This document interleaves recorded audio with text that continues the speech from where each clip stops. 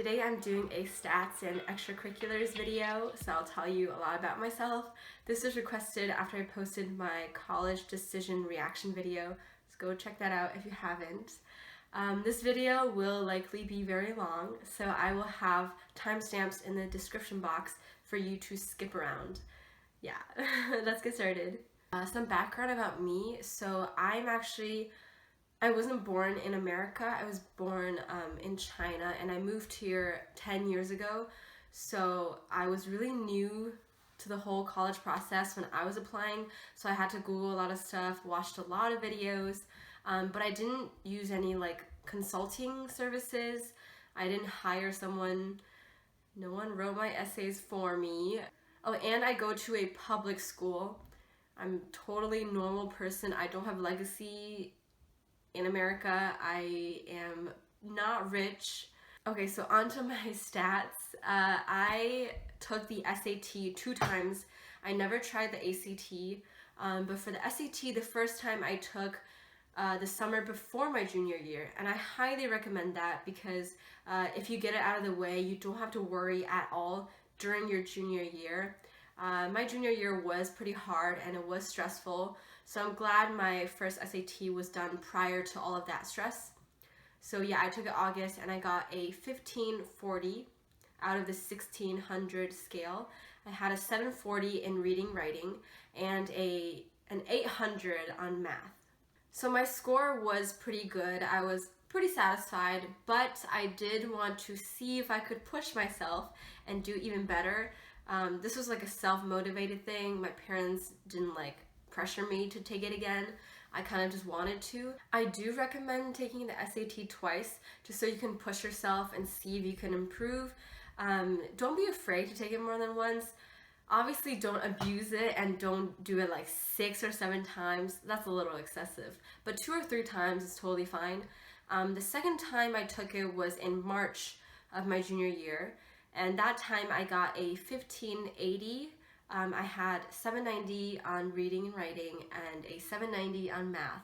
So it was a nice balance, and I was really happy with my score, so I just stopped after that. To prepare for the SAT, between August and March, I studied completely on my own. I didn't have a tutor or anything.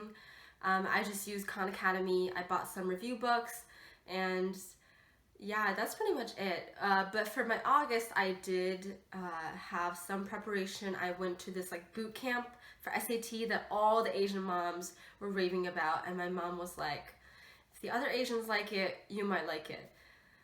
I didn't like it, but I do think it was helpful. I think if you are someone who needs a little bit more push, then doing a session with like a tutor or with other services, I think that is helpful. Okay, and for my PSAT, I mentioned this in the other video, but I got a 1490 out of 1520, and that qualified me for the National Merit Scholarship. Yeah, I forgot what it was called. The PSAT actually is quite important. My school didn't really emphasize it that much, but if you get the scholarship, obviously that's money for you. But also, I saved quite a bit of money at like during the college process. So for UMD, it was free to apply, so I saved $75. It was also free to apply to, I think, Northeastern. Yeah, it's free to apply to a lot of schools if you're a National Merit semifinalist. Also, a lot of schools have scholarships. Fordham had a full tuition scholarship for National Merit semifinalists, so you can save quite a bit of money. Okay, so my GPA, I had a 4.0 unweighted, that's the highest, and for weighted, I think I had a 4.6 or 4.7. 5.0 would be the highest. GPAs, I think, don't worry too much if yours doesn't match mine, because a lot of schools have different grading scales. So obviously do the best you can and try to push yourself and be top of your class, but don't worry too much about the number. I've been to a lot of college information sessions, and all of the admission officers said the actual number itself doesn't matter that much. It's mostly what kind of classes you're taking. If you're taking high-level AP or honors classes, that's way more important than the number itself. And on to AP courses, I took 10 AP courses over my high school career. Freshman year, I didn't take any APs. Sophomore year, I took 2 APs, AP Computer Science A, which was so hard, and AP US Government. Junior year, I took 4 APs, AP Biology, AP World History, AP English Language, and AP BC Calc.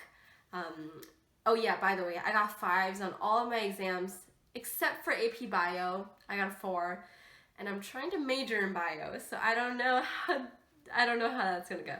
And then senior year, now I'm also taking 4 APs. I'm doing AP Chemistry, AP Statistics, AP English Literature, and AP Spanish Language. And for teacher recs, I think teacher recs are actually really important because they allow the college to see what adults are saying about you.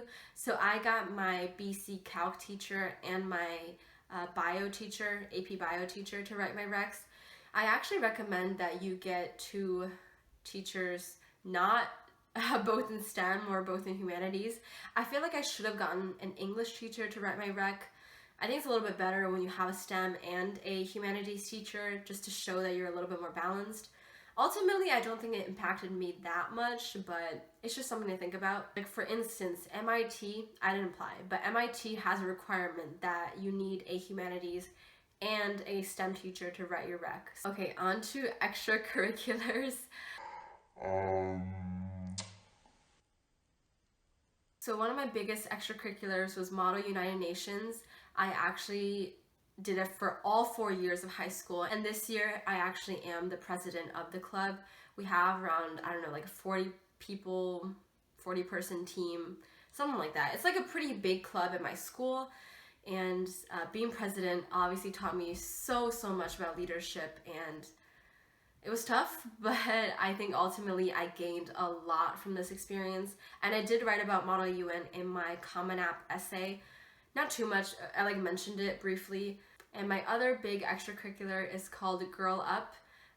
It is a United Nations Foundation campaign to promote gender equality. So they work in countries like India, Malawi, Uganda, to provide a lot of services for girls, such as education, health, safety.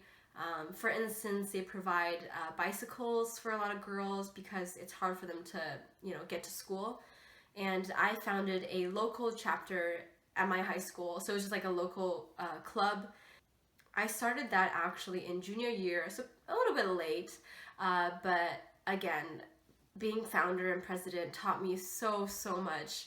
And I really enjoyed working with my club members, and we did a lot of fundraisers.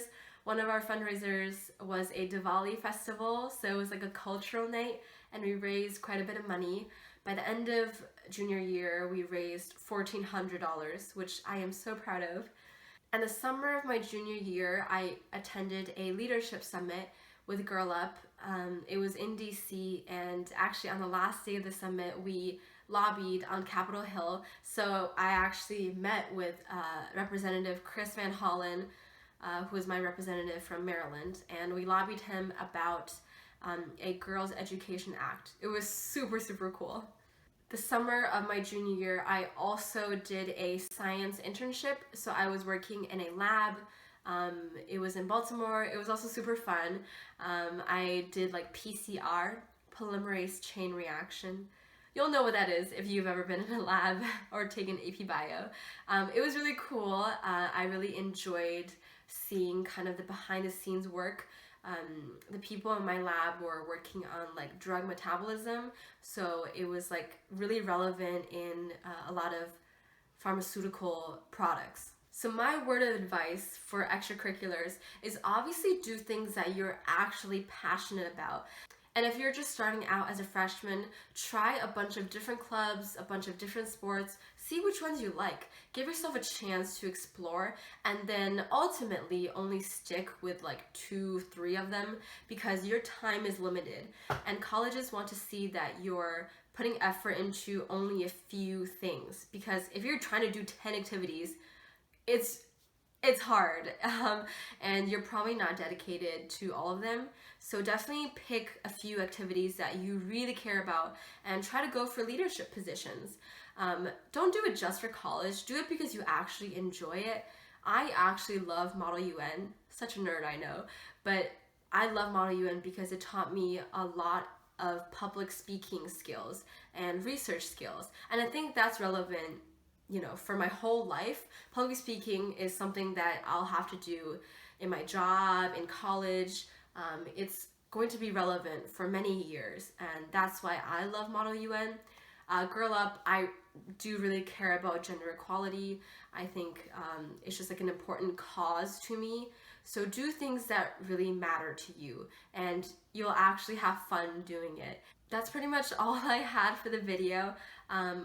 In conclusion, I would just like to say, so I think it's always important to just enjoy what you're doing and try to take things calmly.